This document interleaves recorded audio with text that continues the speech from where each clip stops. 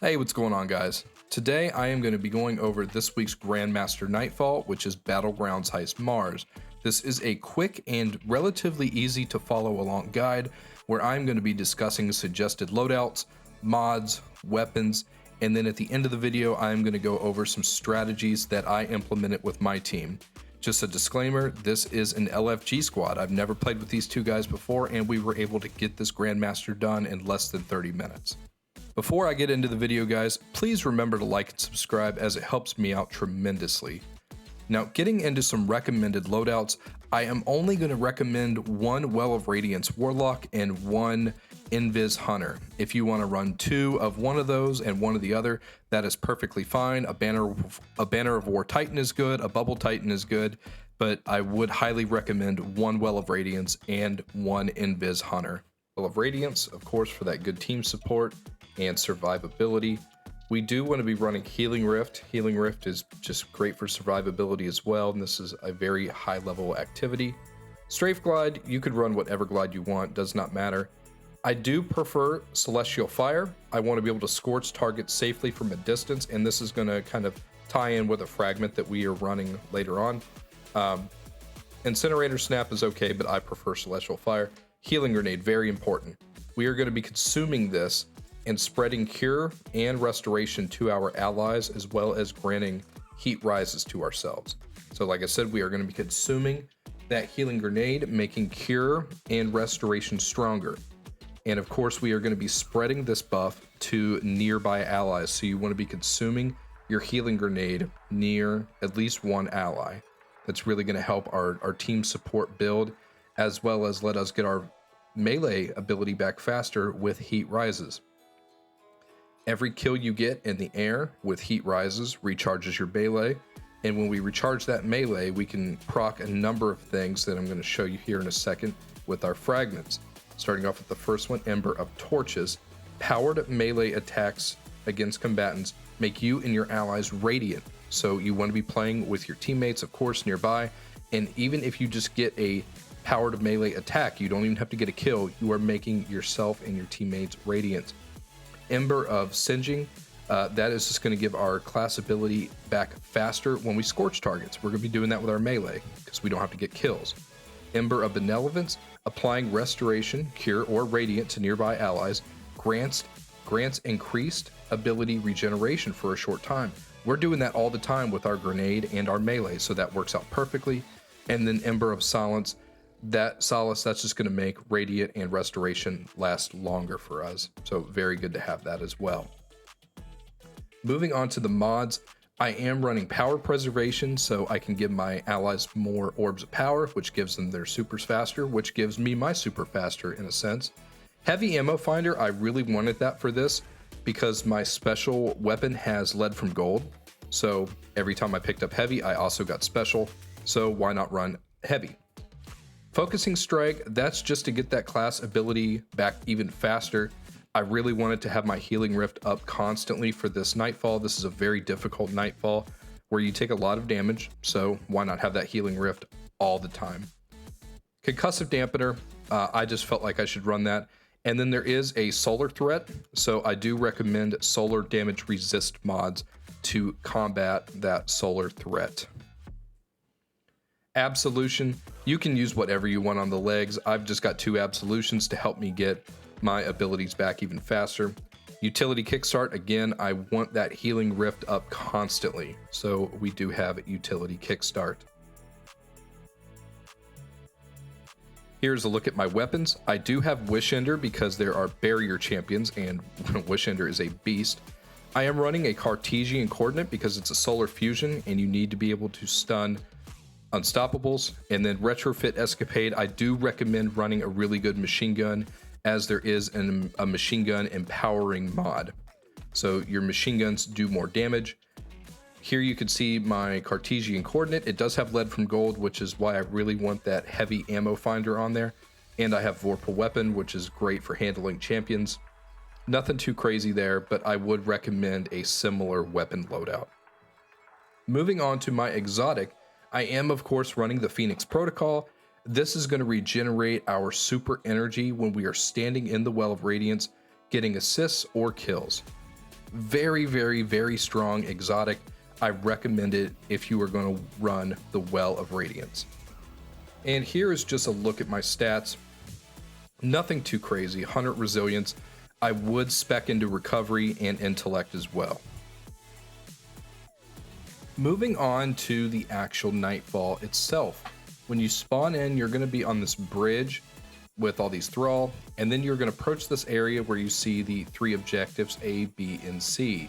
What you're going to have to do is shoot all of the gunk off of each one of those objectives. As you can see, A right there has all this stuff on it.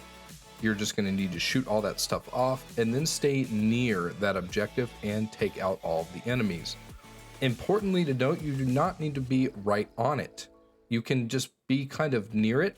I don't think it's going to progress it as fast, but that's not a big deal at all. You're going to want to take your time here, continue to use your abilities, try to use all your healing rifts and Well of Radiance. You don't want to save those. Again, just use your abilities to keep your team alive and support your team. You're going to have a lot of champions coming in. As you can see, there's an unstoppable here. There's going to be a barrier in a second. You're going to need to stun those and take them out quickly. As you can see, I am trying to use my light machine gun as much as possible because I have my heavy ammo finder. And more importantly, there is a heavy ammo box, as you can see right there on screen, that you can go to and pull from. It is individual, but I think you only get 1 pull at it, so make sure you're kind of lower on ammo before you do that. But seriously, go crazy with your heavy ammo.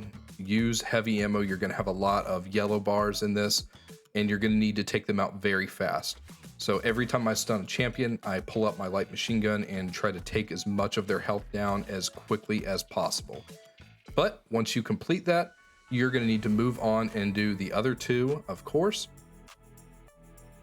Once you complete all 3 of these objectives, an orb is going to spawn in. Your objective is also going to update, telling you to go to this new area and free up the entrance with this orb.